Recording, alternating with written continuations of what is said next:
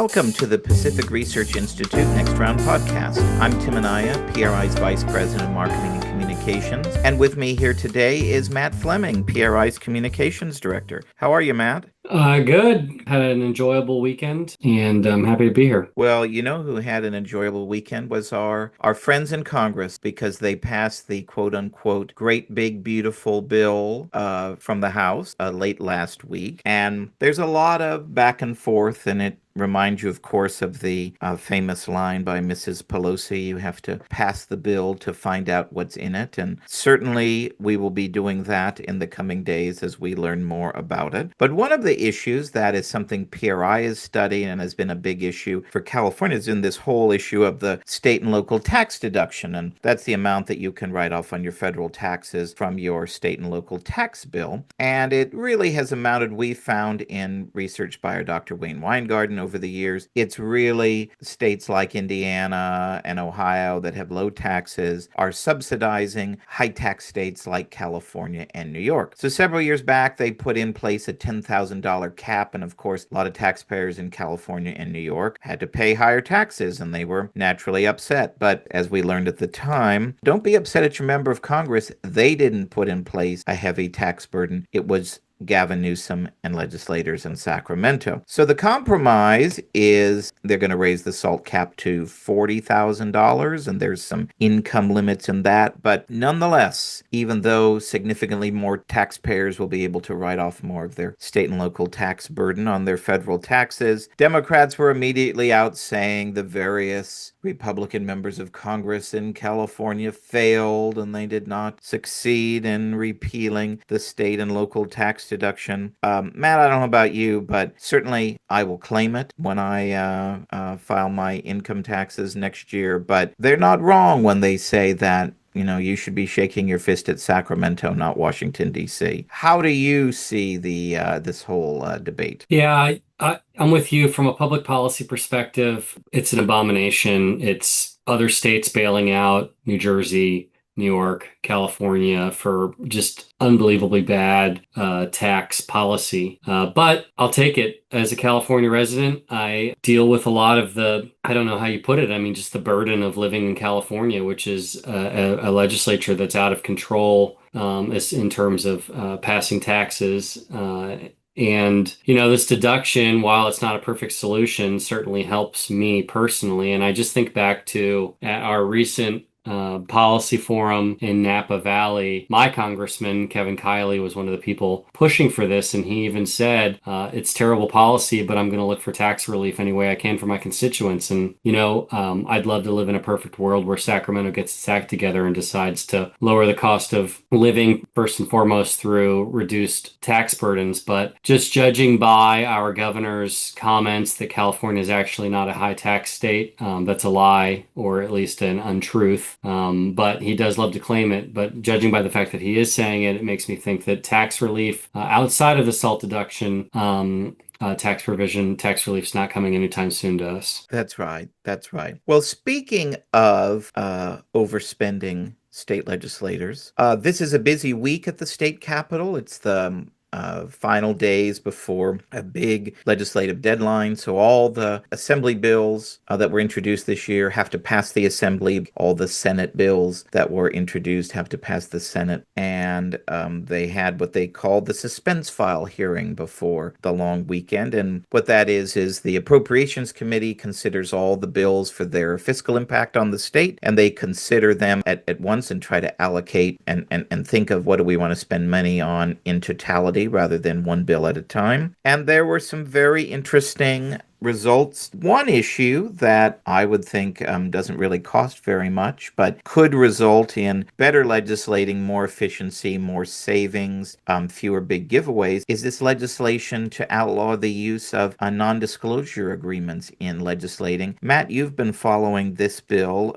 Fill our listeners in on what's going on here. Well, again, I couldn't be more proud of my lawmakers. This bill comes from my assembly member, Joe Patterson. It comes as the result of KCRA, a local TV station, breaking the news, 2 years ago, that in the legislative negotiation over the fast food minimum wage increase law that non-disclosure agreements were used by parties negotiating the legislation. It looks like SEIU, a major labor union, and other groups were swearing people to secrecy in the legislative discussion. And to be honest with you, I was surprised, I think, with many people to learn that this wasn't already illegal. You know, we have the Brown Act and other open records laws, other laws that require legislative negotiations to be done in public. So the fact that A, it wasn't done in public, but B, it was done with a contractual obligation to keep things secret,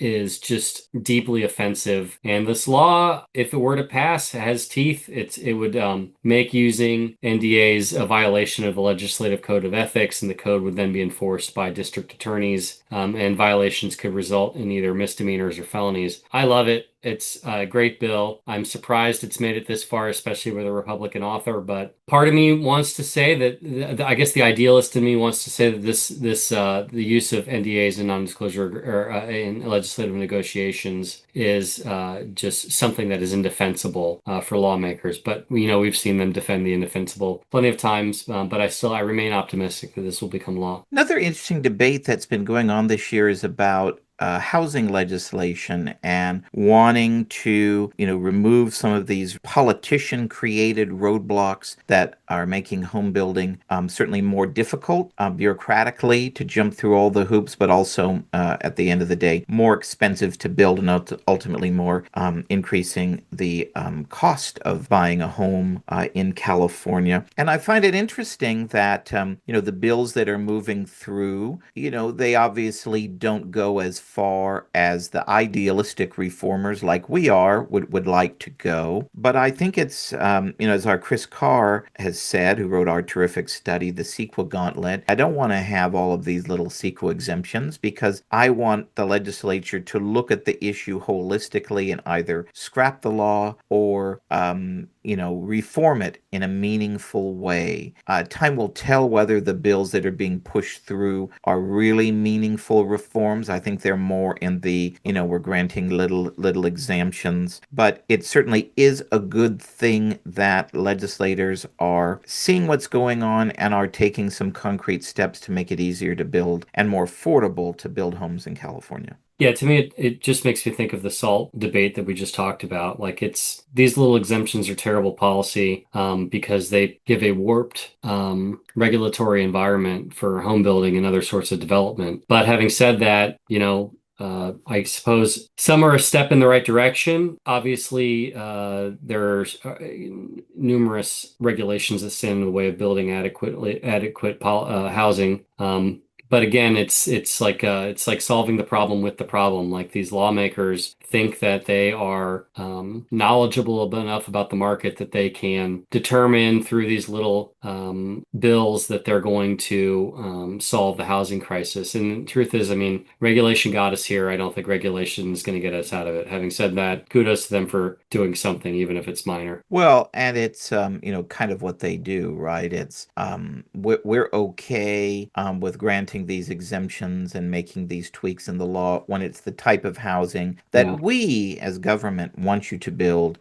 It is not truly, holistically free market reforms, but that doesn't mean that these aren't steps in the right direction. And Tim, just real quick to your point right there, I agree with you that that is the mentality that we are going to grant exemptions for the kind of development that we as progressive lawmakers want to have. I would say though that their record suggests that they are not living up to their own standards. Like even when they had decided who's going to be a winner and who's going to be a loser, they've proven to be pretty poor at determining who those people actually are. Like the record of them, producing results with progressive policies, their record is pretty poor. That's right. That's right. So another example of a very poor progressive policy and something that I write about in my book, The California Left Coast Survivor's Guide, is Governor Newsom's action by fiat, later enacted by the Air Resources Board to outlaw in the coming years the sale of electric vehicles or the sale of gas-powered vehicles in California. And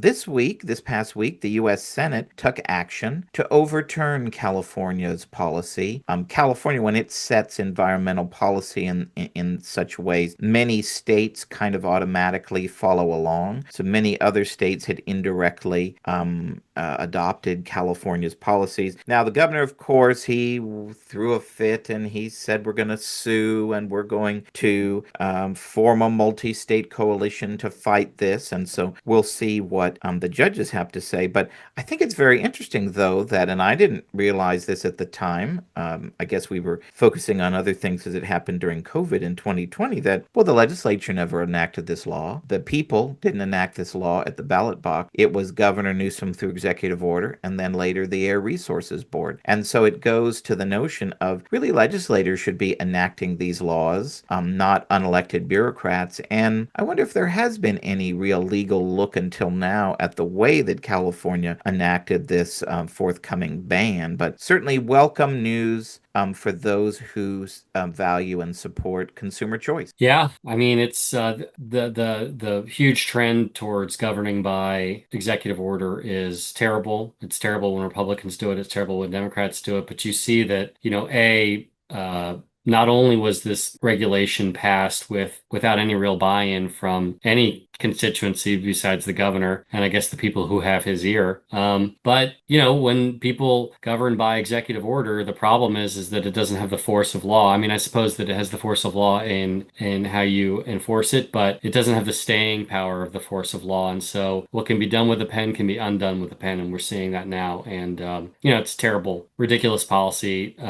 It is bad for Californians in so many ways, and it's good really for only one Californian, which is Gavin Newsom, who wanted to use this as another policy to boost his national profile. It's good to see it backfiring. So, staying with the theme of, well, Gavin Newsom throwing fits over environmental policy, this week's guest is, really one of Gavin Newsom's favorite people these days. We have Professor Michael Mische from the University of Southern California. If you saw in the news recently, there was a lot of hullabaloo over a study that came out forecasting how much will gas prices go up in California when two major refineries are scheduled to be shut down permanently in the next 18 months to 2 years. Well, Professor Mische did the study, and it's a very solid, honest look at the real life implications of the types of government green mandates that Governor Newsom and people like him have been pursuing in recent years. Governor, of course, trashed Mische, and his spin team was out sending out personal attacks against him. But you just have to figure when that's how they respond.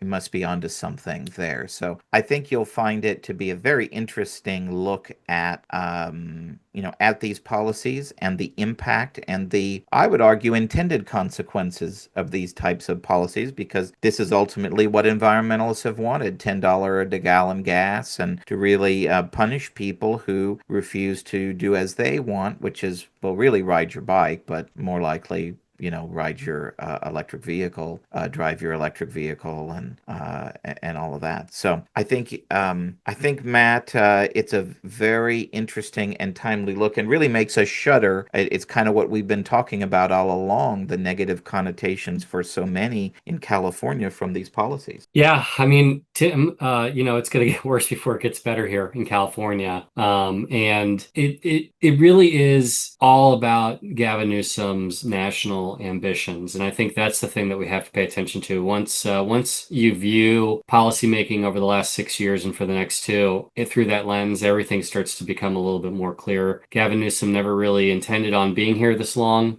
He was hoping to be in the White House by now. And, he's not going to be in office when the check comes.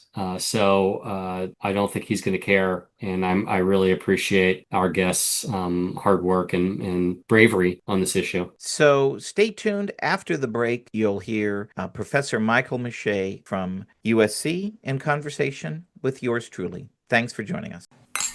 We'll get back to Next Round in just a moment, but first, are you getting PRI's regular email updates? If not, go to pacificresearch.org and click the sign up button at the top of the page to get the facts you need to fight back delivered every week to your inbox. Every week, PRI sends you what you need to know about what's going on in Washington, D.C. and Sacramento, and gives you the free market ideas needed to save our state and our nation. By going to pacificresearch.org and clicking the sign up button, you can sign up to have Policy Alert, our weekly roundup of all the best ideas from PRI scholars delivered to your inbox. Or you can sign up for event updates so you're the first to know when PRI is coming to your community with great events. So sign up now at pacificresearch.org and click the sign up button at the top of the page to get PRI's content delivered to your inbox each week.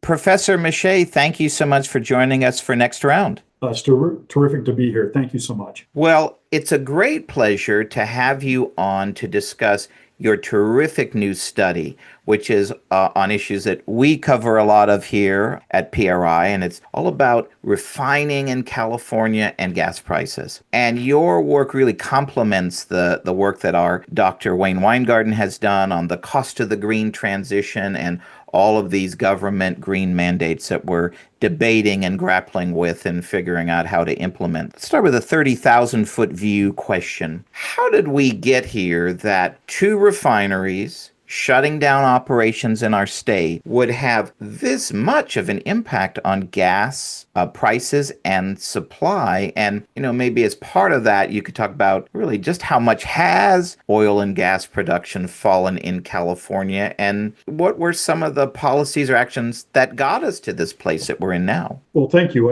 I do appreciate that. There's a lot of mechanics that go on here, right? Let's sort of unwrap it. If we take oil production, at one time, California was one of the leading producers of oil in the world. And that was quite a while ago. But over the course of the last few decades, our what's called infield production, that's the oil that's produced in our state, that's declined by 68%. So at one time, we produced almost all of the oil we needed for our own consumption in California. Today, we only produce about 23% of that. So our oil production has fallen. Over the last 30 years, we've lost 63% of our refineries. I mean, we had 32 refineries at one time. And now with the potential closure of two, I mean, they're going to close by 26, we will have 7 refineries in the state that produce California gasoline. Now, that's important because California has a special blend of gasoline. It's not built anywhere else, all right? It's built specifically or refined or produced specifically for California, and that's the result of regulation. And so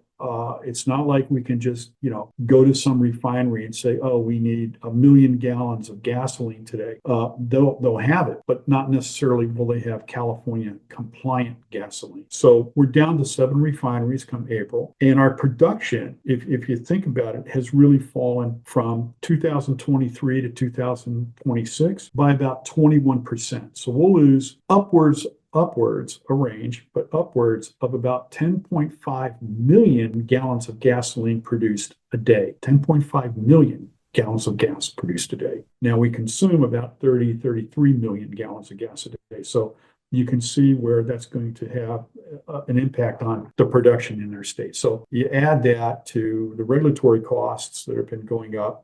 For example, just the state excise tax since 2003 has gone up 200%. State and local taxes are at 3.06%. And we now have this cap and trade, and then the low carbon fuel standard, and then the seasonal blend, and all those regulatory, it's not just taxes, it's the regulatory costs that come into this, really build on the price of gasoline. Plus now you have the tight supply. So we got here pretty much through self-inflicted wounds. The crux of your study is looking on the impact of the forthcoming closure of the Phillips 66 refinery that's in the LA area, and then there's the Valero refinery that's in the Benicia area. When these two big refineries come offline, what does your research show about how much more drivers can expect to pay for gas? And then what would the impact be on the economy when those two shut down? Well, the oil and gas industry in California is about 8% of California GDP. So it has a driving component in its material, but then you also have about 10,000 gasoline stations and about 120,000 people that work in those stations in the industry. So there's always going to be this ripple effect through the economy. The closure of Phillips 66 is scheduled for the end of this year. They'll probably be out of production in October. That's 139,000 barrels a day. And then Valero is closing in April, which means they're essentially shutting down in January or February of 26. So they're out of production of about 145,000. Collectively, that's 276,000 barrels a day. So, or pretty close to 10 million gallons of gas. The question is on the impact on that price is a couple of things. One, demand for gasoline is not going to come down by 21% in the next 12 months. It's unrealistic, short of some type of catastrophic. So the California driver is not going to stop driving by 21%. Second, the question then becomes, where does California make up the deficit in in-state production? That's the key. Now, we have no pipelines coming into the state. So the only way you're able to get gasoline in here is through rail cars or through maritime tankers. But you got a lot of problems with that because the maritime tankers, if we're using gasoline sourced in the Gulf Coast, those tankers, and there's less than 60 in the United States, have to comply with the Jones Act. And most of those tankers are, if not all of them, are going from the refineries on the Gulf Coast around Florida to the East Coast. We would have to have some type of diversion of that fleet to go through the Panama Canal up the West Coast to Los Angeles and San Francisco. Either way, that's contributing to greenhouse emissions because you got more maritime vessels on the service in our market. The other alternative is, where does the gas come from? It comes from the east. So if it comes from China or India or South Korea, well, China in particular, China is the largest consumer of Iranian oil. They're also the largest consumer of Russian oil. So in sort of a circuitous way, where's the gasoline going to come from? It's probably going to be sourced by Russian or Iranian oil, turned into gasoline and shipped over to California on these massive tankers, also contributing to greenhouse emissions. Likewise with India. India gets most of its oil from Russia, Kuwait, and Saudi Arabia. Sort of the same situation. There might be some Venezuelan oil mixed into that too. All right. And then if you're South Korea or Japan sourcing, that's pretty much Saudi oil and Kuwaiti oil, and Iraqi oil. So we're right back where we started from. So today, California imports 63% or slightly around 61 to 63% of its oil to make gasoline from, Iraq, Saudi Arabia, Brazil, Ecuador, and Guyana. So we are totally dependent on foreign oil sources. Now, with the shutdown of 2 refineries, we're going to exacerbate that dependency because now we're dependent on gasoline coming in. And that's a completely different product line that's coming into the state. So our analysis, which was inclusive of regulatory costs, the new carbon fuel standard, low carbon fuel standard, and the inventory required for refiners to keep an inventory of finished good gasoline in and above what they already have, shows a price range of about $6.04 to $8.43. And I know that's a wide price range, but there's a lot of variables that come into play. Any one change in variable is going to change whatever happens within that price range. So those are sort of the questions that I think need to be resolved at the state level. As you mentioned, we wouldn't be stopping all oil and gas production in the state with the closure of those 2 refineries. So I guess it begs the question, well, notwithstanding all the oil we're importing from bad actors around the globe, couldn't other refineries in California kind of pick up the slack and produce more to account for the loss of this supply, or other refineries in the United States? So what does your research show on that front? Well, great question. If we increase the production of California refineries by 10 percentage points, so you get them into the 92, 94%, 95% range for capacity utilization, we're still short. So we still have to import the gasoline from somewhere. Now, traditionally, we've gone to Washington State and Japan and South Korea. All right. Some gasoline occasionally comes up from the Gulf Coast, but the traditional sources to make up the difference in demand, if there's an extended shutdown in a refinery or refinery fire or something like that, we've gone to Washington State, Japan, and South Korea to get the gasoline. The problem with Washington State is 53% of their production is absorbed by their own need. Then they're exporting about 40% to Oregon and Utah. 70% of their production comes here. So unless they're building another refinery, which is doubtful, or they're adding significant capacity to existing refineries, which is doubtful. Washington State, along with an increase in California surviving refineries, doesn't make up for the difference. We're still going to have to go to foreign sources and still be dependent on those foreign sources.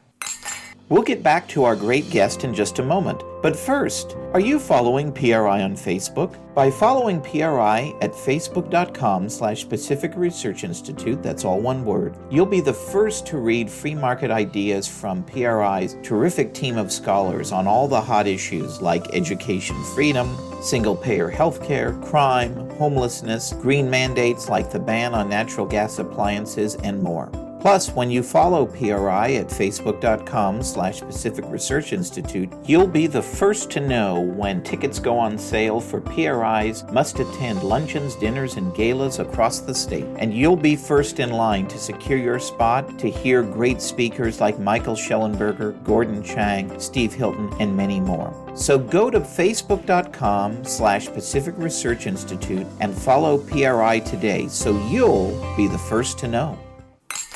Another question that pops to mind, California, as you discussed, has all these really hostile policies and regulations and laws about oil and gas production. And so when I'm thinking about, we have 2 refiners that are going to be closing in the coming months and years. Are these going to be isolated cases, or is this the start of a trend? As you looked at this for your study, what are your thoughts?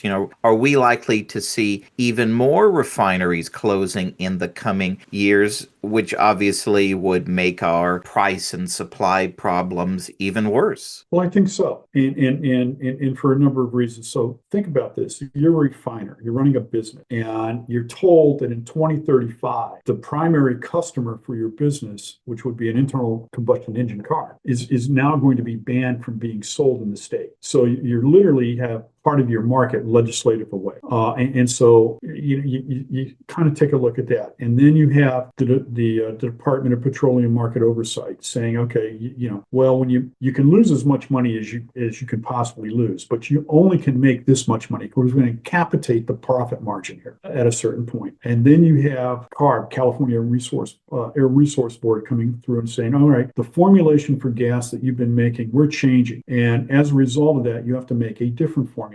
All right. Well, there's obviously equipment and tooling and labor involved with that. So there'll be some capital expenditure to meet that. And then ultimately, you also have this mandate to maintain an inventory of gasoline on hand. Well, if you're burning through 33 million gallons of gas a day and you're asking the refiners to hold 16 days of inventory, that's a big number. So I think taken as a whole, just the refining CEOs will tell you that. They'll say that these regulatory restrictions they're killing us. We're operating out already at a low margin. All right. And this is a capital intensive industry, and the markets, you're forcing the market to go away. So there's no real incentive for the refiner to stay in the state. None. So I would expect more refiners to exit. The reaction to your study, not surprisingly, set off waves here at the state capitol in Sacramento. Chief, of course, from Governor Gavin Newsom's administration. And, he's one that, from our experience, is not one that enjoys being challenged on things. And his press team has pushed back on your study, and they argue, well, the governor's already taken executive action to ensure that, California will always have gas supply, whatever the demands are. So what's your response to this critique from the governor? Well, I can appreciate we disagree with the study, and clearly, that's his prerogative. I think the process that he used to disagree was quite juvenile and really lacked statesmanship. I mean, to take some personal shots at me. I'm just a professor. I wrote a study. I mean, come on, you're the governor. I mean, really. Had he reached out to me, I would have gotten on the first plane and gotten up to Sacramento and said, well, I understand you have some questions. Let me walk you through it. If you still disagree, that's fine, but at least sort of the logical and the data foundations for this. But yeah, I mean, he's issued a letter. I think that was April 21st to Vice Chair Gupta of the CEC, basically directing him to make sure California has a steady supply of gasoline. What's omitted from that letter is how much will it cost. That's what's omitted. So finding the supply, the market will always supply it. The question is, at what cost will the market supply? And I think that's sort of one of the gaping holes that are missing here. And so it's sort of the cost of that supply, which was factored into the study, plus all these regulatory costs that go on it. And you get it to a higher number. So all of the things that we're talking about here, looking in your study, looking at the various papers our Dr. Wayne Weingarten has put out, these are all government created problems, driven by costly, in many cases, you could argue very unrealistic government green policies. So it kind of begs the question, isn't this scenario that we're about to face, of $6 to $8, maybe higher if other refineries shut down per gallon for gas. Isn't this what environmentalists and advocates for these policies have wanted all along? Isn't $8 a gallon for gas a useful tool to them to really accelerate these kind of green transition policies and the push for electric vehicles that they have long sought? Well, certainly the theory works that way. The theory is if I drive the prices up to such an intolerable level, I'll change behavior. And we've seen that, throughout economic history at times. This is legislatively mandated. And I think it's beyond sort of the reasonable discourse, and it's moved into ideological discourse. So it's more of an ideology where in the minds of some people, it's good versus evil. And at whatever cost will drive these prices up and force the consumer, no matter what the punitive implications are to that individual, be into a vehicle that we deem is acceptable and necessary and desirable for them, even though they'll probably go kicking and screaming. So, and I think it's really now beyond the reasonable part of discourse and what makes sense. It's now into the world of ideology and dogma. We've talked a lot about the cost and the supply issues, but there's the other side of the government green mandates, and that we have the 100% renewable power requirements that are going to be taking effect in the coming years, and the requirements that we've mentioned that would mandate the sale of only electric vehicles in California.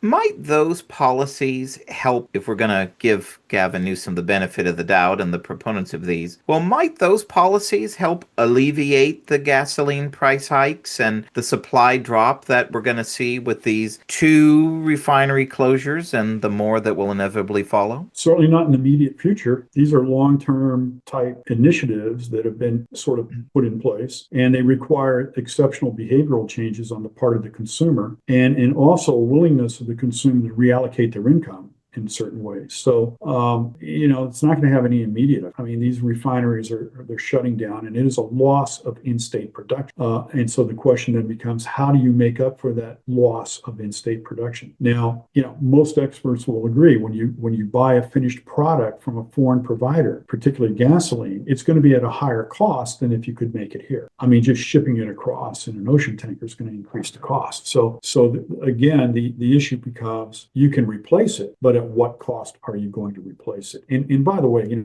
if you're relying on this steady stream of ocean tankers coming across, which you would be, any disruption in port operations, any labor disruption, any geopolitical situation, even the weather could have a fairly adverse effect on short-term prices. So in our closing minutes, let's talk about what we can do to turn things around and ensure that we have the plentiful and affordable energy supplies that Californians demand and expect now and in the future. So you close your paper with 10 actions that consumers can take. And now, we want to tease and we want people to read your study. And obviously we can't go through all 10 here, but would you share with our listeners a couple of things that regular drivers and policymakers alike can do to keep gas supply abundant and prices affordable? Well, thank you. I think the California consumer generally, when they want to pay attention to things, they pay attention and they get smart on these issues very quickly. So perhaps, if anything, Governor Newsom's reaction has maybe elevated the attention of the California consumer. Having said that, there's a couple things. One, we could roll back the 2035 ban. All right, that would at least give the refiners additional years to think about staying in the state. Two, we could give sort of an investment tax credit to the refiners who stay in the state, who increase production of gasoline specifically for the state. I mean, and if you sell it somewhere else, boy, the shoe will come down on you. But if you increase your capacity and you're selling California gasoline to California distributors and consumers, and it costs you money to increase that capacity, then perhaps an ITC, an investment tax credit, would serve to incentivize. Also, we could incentivize our own in-state production. We have vast amounts of oil. I mean, instead of sending billions of dollars over to these foreign countries, why not keep some of that money in the state and create high-paying union jobs? I mean, there's a lot of jobs that can be created if we even just did some rudimentary pipeline work and actually increase some of our in-state production, with the proviso that whatever oil you produce in California has to go to a California refinery, has to be made in California gasoline sold to the California consumer. All right. Any violation of that, you're in trouble. So those are three action steps that the California consumer could think about, and probably, if they were so inclined, reach out to their assembly person or their senator and make their thoughts known on it. Because short of that, like I said, I think we can find the supply, but at what cost will that supply cost? Come. Well, finally, as we close our podcast, talking about all of these things and the thought of $8 or more for gas, it might drive us to drink. So our favorite question that we ask all of our guests on Next Round, we call our podcast Next Round because of our proximity to wine country and our love of discussing public policy over a great glass of California wine. So what wine or beer or adult beverage or other beverage are you enjoying these days to, well, A, celebrate the publication of your great paper, but B, take your mind off the depressing conclusions you found in your research? In my mind, whenever I sort of fall into a place where there's a lot of pressure or you're just sort of maybe a little blue today or something like that, there's one place to go, the Napa Valley. And so there's nothing like sitting in the California sunshine in the Napa Valley late in the afternoon, drinking an incredible California Cabernet. I mean, that is paradise. It's heaven. If there's anything better, well, perhaps I'll find out in the next life. But in this life, when I think about what is the greatest moment, it's getting up to Napa, sitting there, watching that sun, the golden sun of California sort of setting over the coastal range and having that great California Cabernet. That's life in California. Do you have a particular favorite that you can recommend our listeners try? Well, I'm partial. Not that we're getting any advertising dollars for this. But I'm partial to Stag's Leap. I am partial to Stag's Leap. So one of my favorites. Well, I agree. And that was my, in 2020, I have in my kitchen this little one of those cork board